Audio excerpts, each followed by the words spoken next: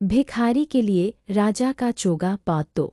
उस रात जब वह अपने घर की ओर लौट रहा था तो ठंडी हवा चल रही थी। उसने अपने शरीर पर केवल एक पतला सा कोट पहन रखा था। तभी उसे रास्ते में किसी के रोने और कराहने की आवाज़ सुनाई दी। वह पास गया तो उसने देखा कि दो भिखारी ठंड से कांप रहे हैं। वे राजा और रानी ही थे, लेकिन उस आदमी को यह बात नहीं पता थी। राजा ने कराहते हुए कहा, हम बहुत गरीब हैं, हमारे पास खाने को कुछ नहीं है और ठंड से हम मर रहे हैं। रानी भी रोने का नाटक करने लगी और बोली, काश हमारे पास भी पहनने के लिए कोई गर्म कपड़ा होता। गरीब आदमी ने उनकी बात सुनी और उसे उन पर बहुत दया आई। उसने सोचा, मेरे पास तो ज़्यादा कुछ नहीं है, लेकिन अगर मैं इनकी मदद कर सकता हूँ तो मुझे ज़रूर करनी चाहिए। उसने अपने शरीर से अपना एकमात्र कोट उतार दिया और उन भिखारियों में से एक को दे दिया।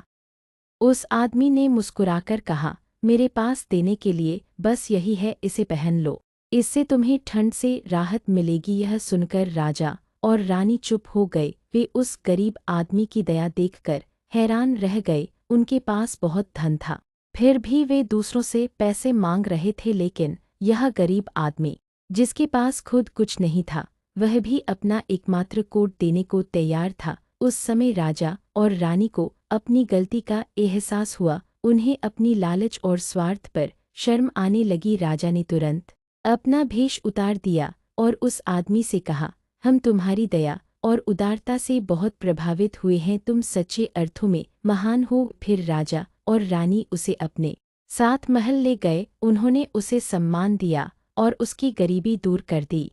उस दिन के बाद राजा और रानी ने कभी लालच नहीं किया और हमेशा गरीबों की मदद करने लगे। आज भी उस रास्ते पर लोग उस घटना को याद करते हैं। वहाँ एक पुराना फाटक है जिसमें लाल चोगे के कुछ धागे फंसे हुए हैं। लोग उसे देखकर उस गरीब आदमी की दया और उदारता को याद करते हैं।